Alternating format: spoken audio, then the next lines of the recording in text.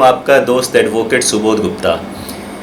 अगर आप कोई रीसेल की प्रॉपर्टी खरीदने का प्लान बना रहे हैं, यानी कि किसी के पास ऑलरेडी कोई मकान या दुकान है, ऑलरेडी उसके नाम पे रजिस्ट्री है और आप उससे वो प्रॉपर्टी बाई करने का प्लान बना रहे हैं, तो मेरे इस वीडियो में जो बताई गई सावधानियां हैं उनको आप ध्यान में रखेंगे तो हो सकता है कि आप किसी संभावित फ्रॉड से बच जाएं। दोस्तों,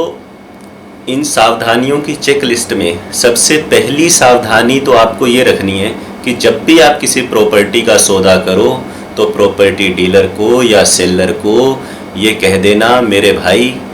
बयाना तब दूंगा, टोकन मनी तब दूंगा प्रॉपर्टी खरीदने का जब ओरिजिनल प्रॉपर्टी पेपर्स की पूरी चेन लेकर आओगे, तब आपको पैसे देने हैं। बहुत सारे केसेस में मैंने देखा है कि आपने बयाना दे दिया, बायर ने टोकन मनी दे दिया और ओरिजिनल प्रॉपर्टी पेपर चेक नहीं किए, नहीं देखे और बाद में कोई ना कोई संभावित फ्रॉड उसमें से निकल के सामने आ गया। क्या क्या प्रॉब्लम्स हो सकती हैं, मैं कुछ एक बताने की कोशिश करता हूँ। ऐसा हो सकता है कि ओरिजिनल प्रॉपर्टी पेपर गुम हो चुके हों, आप पचड़े में पड़ोगे। ऐसा भी हो सकता है कि ओरिजिनल प्रॉपर्टी पेपर उस व्यक्ति ने किसी साहूकार के पास गिरवी रख रखे और उसका लोन चुकता ना कर रहा हो, किसी बैंक के पास प्रॉपर्टी मॉर्गेज पड़ी हो और लोन एनपीए हो रखा हो, बैंक ने सरफेसी एक्ट के तहत प्रॉपर्टी नीलामी का नोटिस निकाल रखा हो, ऐसा भी हो सकता है। ऐसा भी मैंने देखा है कि कोई प्रॉपर्टी हस्बैंड वाइफ की जॉइंट थी, बाद में उनका झगड़ा हो गया, कोर्ट में डिवोर्स का केस चल रहा है और बीवी कह रही है मैं प्रॉपर्टी खाली नहीं करूँगी, वो उस घर में रह रही है, ऐसा भी हो सकता है। कई बार लोग कहते हैं कि प्रॉपर्टी पेपर तो लॉकर में पड़े हैं, हम दे देंगे, पर लॉकर दो लोगों के नाम पे है, दो भाइयों के नाम पे है, उनमें प्रॉपर्टी डिस्प्यूट का झगड़ा हो रखा है, वो लॉकर खोल ही नहीं रहा है दूसरा व्यक्ति, कुछ भी हो सकता है। तो आपको पहली चीज़ है कि ओरिजिनल प्रॉपर्टी डॉक्यूमेंट लेके आएगा सामने वाला, ना कलर कॉपी चलेगी ना फोटो कॉपी चलेगी, पूरी चेन चाहिए। पूरी चेन का मतलब है ये प्रॉपर्टी का ओरिजिनल प्लॉट किसके नाम पे था, फिर उसको किसने खरीदा, फिर किसने खरीदा, फिर किसने खरीदा, आज की तारीख में किसके नाम पे है। सारी रजिस्ट्रियों की कॉपी लेके आओ, सारे डॉक्यूमेंट लेके आओ ओरिजिनल, उसको अपनी आँखों से देख लो। आपको नहीं आता है देखना तो अपने साथ किसी समझदार व्यक्ति को ले जाओ, वो देख लेगा, उसके बाद ही बयाना देना है। इन सावधानियों की चेक लिस्ट में आपको दूसरी चीज़ जो चेक करनी चाहिए वो ये है कि प्रॉपर्टी जो आप खरीदने वाले हो, मकान है, दुकान है, प्लॉट है, कुछ भी है, उसका कब्ज़ा किसके पास है। आज की तारीख में फिज़िकल पोजेशन किसके पास है, क्या वो खाली पड़ा है, क्या वहाँ पे वो सेलर खुद रह रहा है, या उसने ऐसे ही अपने किसी रिश्तेदार को रहने के लिए दे रखा है, या उसने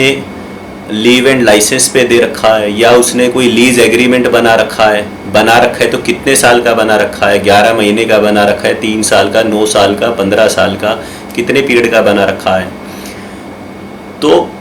जो प्रॉपर्टी है उसमें जितना अहमियत टाइटल डॉक्यूमेंट की है कि रजिस्ट्री आपके नाम पे हो जाए, उतनी अहमियत इस चीज़ की भी है कि कब्ज़ा किसका है। क्या पता कौन सा लफड़ा उस प्रॉपर्टी के पोजीशन को लेके चल रहा हो, भले ही वो ओरिजिनल प्रॉपर्टी पेपर आपको दिखा भी दे, भले ही आपके नाम पे वो रजिस्ट्री करा भी दे, रजिस्ट्री करने के बाद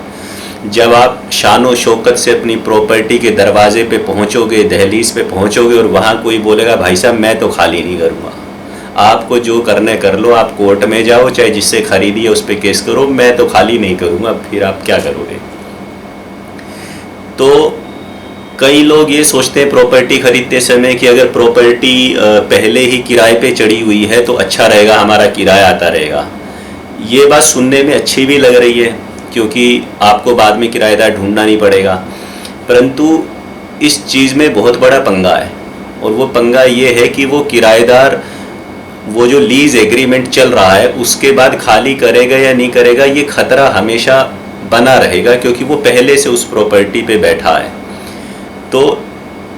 हालांकि ज़रूरी नहीं है कि वो पंगा करे, वो खाली कर भी सकता है, पर मेरा सजेशन अगर आप मानते हो वो ये है कि हमेशा प्रॉपर्टी को खाली करा के ही लो ताकि आप उस पर अपना कब्ज़ा ले सको, अपना ताला लगा सको। ऐसा संभव है कि जिस घर में वो व्यक्ति रह रहा है या जो भी वहाँ रह रहा है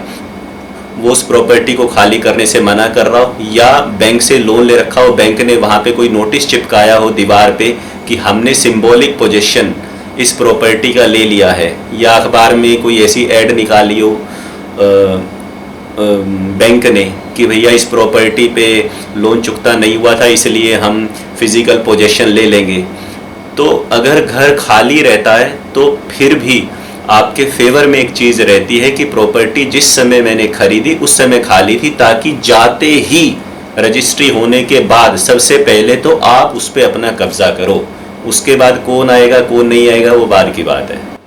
तीसरी बात जो आपको चेक करनी चाहिए प्रॉपर्टी खरीदते समय, वो चेक करनी चाहिए कि क्या उस प्रॉपर्टी पे किसी तरह का मॉर्गेज क्रिएट तो नहीं हो रखा है, कोई लोन तो नहीं ले रखा है सेलर ने। अब ये बात कैसे पता चलेगी कि लोन ले रखा है या नहीं ले रखा? इसके 2-3 तरीके हैं।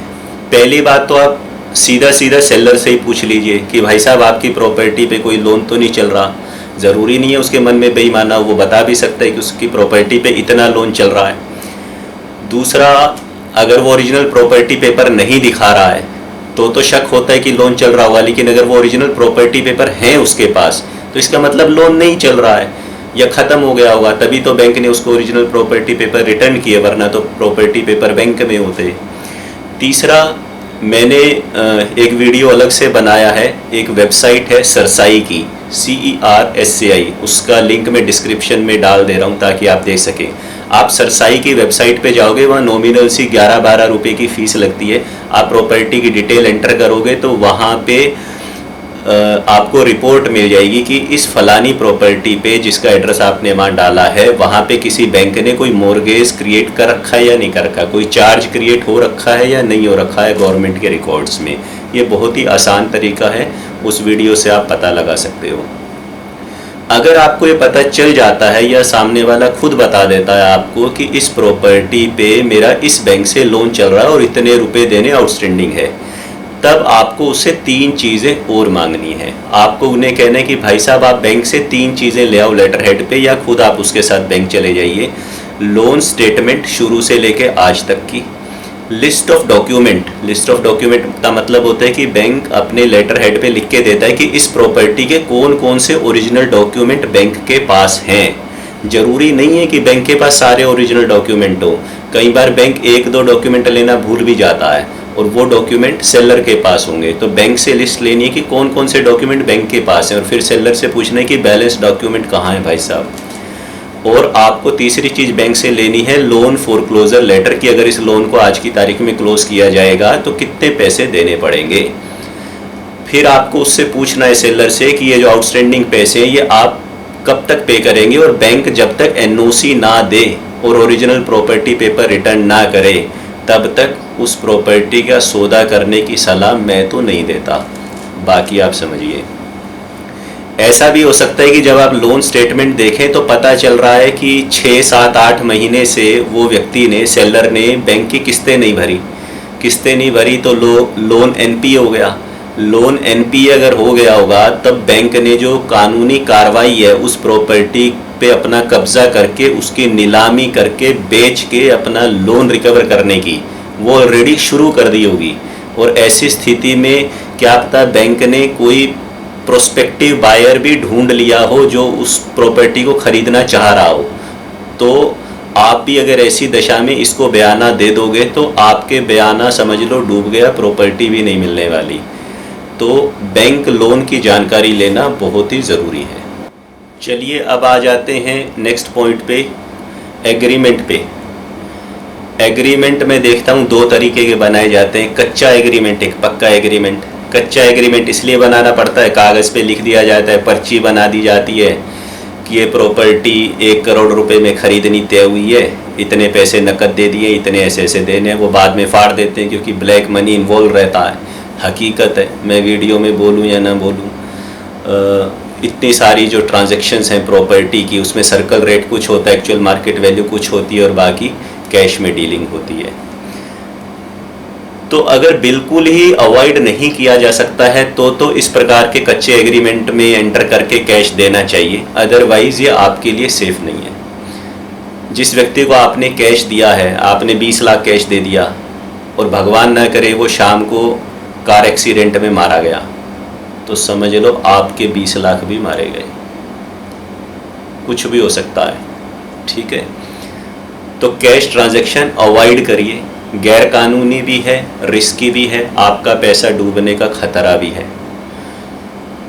दूसरी बात यह है कि जब आप एग्रीमेंट टू सेल को साइन करें तब उसमें जो अब मैं पक्के एग्रीमेंट की बात कर रहा हूँ, उसमें जो सेलर्स के नाम हैं उसमें सभी सेलर्स के नाम वही होने चाहिए जो कि प्रॉपर्टी डॉक्यूमेंट में है। ऐसा नहीं कि प्रॉपर्टी 3 लोगों के नाम पे है रजिस्ट्री में और आपने एग्रीमेंट टू सेल में सिर्फ एक व्यक्ति का नाम लिख दिया कि भैया घर का मुखिया तो यही है, खाली इसका नाम लिख देते हैं। ऐसा नहीं, जितने व्यक्तियों के नाम पे रजिस्ट्री है उतने ही व्यक्तियों का नाम सेलर के तौर पे आपको एग्रीमेंट टू सेल में लिखना है। 3 व्यक्तियों के नाम पे है, 2 के नाम पे, 4 के नाम पे, सबके नाम लिखने हैं और सबके साइन करवाने हैं, खाली एक व्यक्ति का साइन नहीं कराना। हस्बैंड वाइफ दोनों के नाम पे तो हस्बैंड वाइफ दोनों के ही एग्रीमेंट टू सेल पे साइन कराने हैं। जब आप उन्हें बयाना दोगे चेक से या बैंक में ट्रांसफ़र करोगे, मान लो आप 5 लाख रुपए ट्रांसफ़र कर रहे हो, 2 व्यक्तियों के नाम पे प्रॉपर्टी है, तो किसी एक सेलर के नाम पे पैसे ट्रांसफ़र नहीं करने आपको 50% हस्बैंड के नाम पे, 50% वाइफ के नाम पे ट्रांसफ़र करने हैं। इसी तरह आप सब्सिक्वेंटली जितनी भी पेमेंट्स करोगे उस प्रॉपर्टी परचेज के बारे में, वो जो पैसा आप दोगे वो बराबर हिस्सों में सभी सेलर को देना है, ताकि भविष्य में कोई विवाद अगर उत्पन्न हो जाए तो उसमें से कोई भी सेलर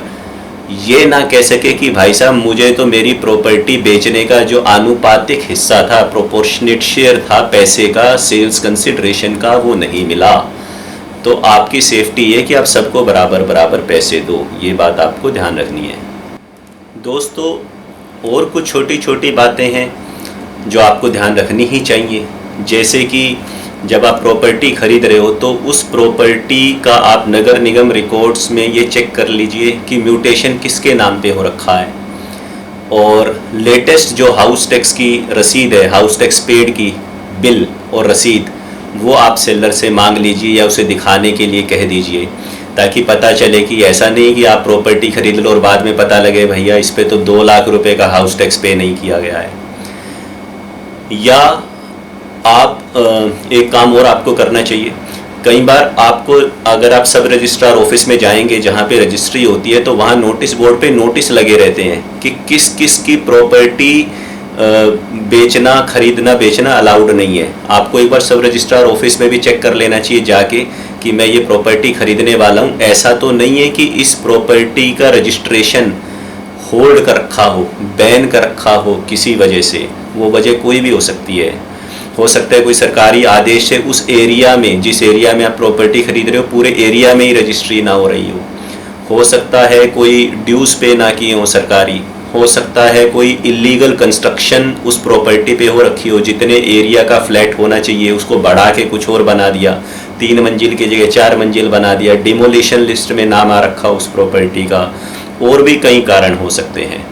तो आपको गवर्नमेंट एजेंसी से नगर निगम में रजिस्ट्रार ऑफिस में ये चेक करने की कोशिश करनी चाहिए कि खुल्लम खुल्ला रजिस्ट्री उस एरिया में उस प्रॉपर्टी पे हो रही है या नहीं हो रही है, और उस प्रॉपर्टी पे किसी भी तरह का इलीगल कंस्ट्रक्शन तो नहीं हो रखा है, या उस प्रॉपर्टी से संबंधित कोई भी ऐसा विवाद तो नहीं है कोर्ट में जो इस समय पेंडिंग पड़ा हो किसी भी पक्ष में। क्योंकि कई बार अगर जॉइंट प्रॉपर्टी होती है कई भाइयों की, या पुश्तैनी प्रॉपर्टी होती है कि वसीयत के तौर पे से होती हुई आगे आई है, तो कई लोग अपनी बहनों को हिस्सा नहीं देते, उनमें से फिर कोई बहन कोर्ट में केस डाल देती है, और आपने अगर वो भाई से प्रॉपर्टी खरीद ली तो बहन ने जो केस डाला है उसके लपेटे में आप भी आ जाओगे। जो प्रॉपर्टी आप खरीदने वाले हो उसमें देखिए कि क्या वहाँ पे कोई रेजिडेंट वेलफेयर एसोसिएशन बनी है। कई बार RWA से NOC लेनी होती है, वो NOC लीजिए, आप उसको बोलिए NOC लेके आएगा, या वहाँ जाके आप खुद बात कीजिए कि उनके कोई प्रीवियस ड्यूज़ तो नहीं है, आप NOC दे दोगे ना मुझे ये प्रॉपर्टी खरीदने के लिए। कई बार क्या होता है RWA का और बिल्डर का, प्रोमोटर का आपस में भयंकर झगड़ा चल रहा होता है और कोर्ट में केस पेंडिंग पड़े होते हैं, हर रोज़ लठ बज रहे होते हैं, पुलिस कचहरी हो रही होती है। आप प्रॉपर्टी लेने के बाद सोचोगे भाई ये मैं कहाँ फंस गया, यहाँ तो पीस ऑफ माइंड ही नहीं है। हर रोज़ RW वाले आके कह रहे हैं कोर्ट में केस करना है, 10,000 रुपये आपको भी देने पड़ेंगे। तो आपने एक ऐसी जगह प्रॉपर्टी ले ली जो प्रॉपर्टी तो आपका फ्लैट, आपकी दुकान तो विवाद में नहीं है, परंतु उस RWA में पंगा हो रहा है, झगड़े हो रहे हैं, गुंडागर्दी हो रही है, या कई बार RWA वाले ही मेंबर्स को इलीगली परेशान करते रहते हैं तरह तरह के मेंटेनेंस के नाम पे। चेक कर रही है मेंटेनेंस कौन ले रहा है, कितना ले रहा है, किस प्रकार की मेंटेनेंस है, जो पार्किंग आपको मिलने वाली है उस पार्किंग पे कोई विवाद तो नहीं है, पार्किंग का स्पेशल अलॉटमेंट लेटर है या कोई अपनी गाड़ी जहाँ मर्जी खड़ी कर दूँ, विजिटर की पार्किंग है तो क्या उसका कोई प्रोविज़न है, उसकी कितनी फ़ीस देनी पड़ेगी। ये सारी छोटी छोटी बातें हैं, इसको भी ध्यान में रख लीजिए। ये इतनी बड़ी बातें तो नहीं है, लेकिन मैं just for the sake of your knowledge I am explaining all this. इसी प्रकार जब कोई प्रॉपर्टी आप खरीदते हैं तो इनकम टैक्स रूल के हिसाब से उस प्रॉपर्टी पे अगर TDS काटना बनता है तो वो बायर की आपकी जिम्मेदारी है। अगर आपने उस प्रॉपर्टी पे TDS काट के जितने भी सेलर्स हैं उनके नाम पे जमा नहीं करा प्रॉपरली तो आपके ऊपर पेनल्टी लगेगी, यू आर लायबल। इसी प्रकार ये देखिए कि अगर किसी हाई राइज सोसाइटी में है तो उस प्रमोटर ने या उस सोसाइटी का ऑक्यूपेंसी सर्टिफिकेट और कंप्लीशन सर्टिफिकेट अवेलेबल है या नहीं है। अगर OC और CC, शॉर्ट में OC बोल देते हैं, ऑक्यूपेशन सर्टिफिकेट, और कंप्लीशन सर्टिफिकेट अगर नहीं है तो आप बहुत सारे अधिकारों से वंचित हो सकते हो। अगर उस प्रॉपर्टी पे फ्यूचर में कोई विवाद पड़ गया तो आपको दिक्कतें हो सकती हैं। और एक बहुत ही ज़रूरी बात अंत में बताना चाहूँगा कि सब कुछ ठीक है और आपने मन बना लिया कि ये प्रॉपर्टी आप ले रहे हैं, तो आपको जो भी सेलर हैं कोशिश करिए कि आप एक बार उनसे बात कीजिए, फ़ोन पे बात कीजिए, अगर मिलना संभव है तो मिल लीजिए, पता लगे कि भाई ज़िंदा भी हैं या नहीं सारे, पता लगे उनमें से कोई एक व्यक्ति की मृत्यु हो चुकी है, माँ बेटे के नाम पे घर था, माँ की मृत्यु हो चुकी है, बेटे ने माँ का नाम एग्रीमेंट में डलवा दिया और माँ के बैंक अकाउंट में पैसे भी ले लिए, और बाद में माँ आई नहीं, माँ की GPA आ गई, जनरल पावर ऑफ अटॉर्नी आ गई, कोई और साइन करने आ गया, सारा ही काम फर्जी हो गया। तो आपको सेलर्स को वेरीफाई करना है कि क्या वाकई जो रजिस्ट्री में सेलर लिखे हुए हैं वो आज की तारीख में ज़िंदा हैं या नहीं है, जिन अकाउंट में मैं पैसा दे रहा हूँ ये उन्हीं का बैंक अकाउंट है या नहीं है। उसके लिए आप उनसे कैंसल्ड चेक की कॉपी मांग लीजिए जिसमें उनका नाम भी प्रिंट होता है चेक पे और अकाउंट नंबर भी लिखा होता है, तो उसी अकाउंट में पैसा दीजिएगा। उनकी सेल्फ अटेस्टेड आधार की कॉपी मांग लीजिए, उन्हें बोलिए मुझे TDS काटने, अपने पैन कार्ड की कॉपी दे दीजिए, पैन कार्ड पे जो साइन है वही साइन एग्रीमेंट टू सेल पे होने चाहिए, वही साइन रजिस्ट्री के टाइम होने चाहिए। अगर कोई कहता है कि मैं तो यहाँ रहता हूँ, माँ केरल में रहती है और जो तीसरा सेलर है वो दुबई में रहता है, तो नेचुरली आप उनसे पूछिए कि रजिस्ट्री करवाने वो लोग आएंगे या नहीं आएंगे। आपकी प्राथमिकता होनी चाहिए कि सेलर खुद रजिस्ट्री करवाने आए, कोई अटर्नी दे के, पावर ऑफ अटॉर्नी दे के किसी को ना भेजे। हालांकि वो भी लीगली वैलिड है परंतु उसमें कई तरह के फ्रॉड होने की संभावनाएं हैं। और इसका भी लिंक, इस दूसरे वीडियो का लिंक भी जो GPA के बारे में है वो मैं इस वीडियो के डिस्क्रिप्शन में दे रहा हूँ कि अगर आप प्रॉपर्टी खरीदते समय GPA है या प्रॉपर्टी के जो टाइटल डॉक्यूमेंट आपने देखे थे उसमें बीच में बार बार पावर ऑफ अटॉर्नी से ट्रांजैक्शन हो रही है तो किस प्रकार के खतरे हो सकते हैं आपको एज ए बायर। एक सेपरेट वीडियो बनाएंगे इस बारे में कि जो एग्रीमेंट टू सेल बनाया जाता है प्रॉपर्टी खरीदते बेचते समय उसमें कौन कौन सी क्लॉजेस होना ज़रूरी है, और आम तौर पे लोग एग्रीमेंट टू सेल बनाते समय क्या गलतियां करते हैं, क्योंकि प्रॉपर्टी डीलर्स कोई रेडीमेड सा फॉर्मेट टाइप करके रखा होता है वो ले आते हैं और उस पर साइन हो जाता है, 2-4 चीज़ें उसमें लिखी रहती हैं, परंतु ये सही तरीका नहीं है। जब तक सब कुछ सही चल रहा है तो चल रहा है, लेकिन जिस दिन कुछ गलत हो जाता है तब बहुत भारी नुकसान होता है। तो दोस्तों सावधान रहिएगा और इन सब बातों को ध्यान में रखेंगे तो आपका कुछ न कुछ फ़ायदा अवश्य होगा। जय हिंद।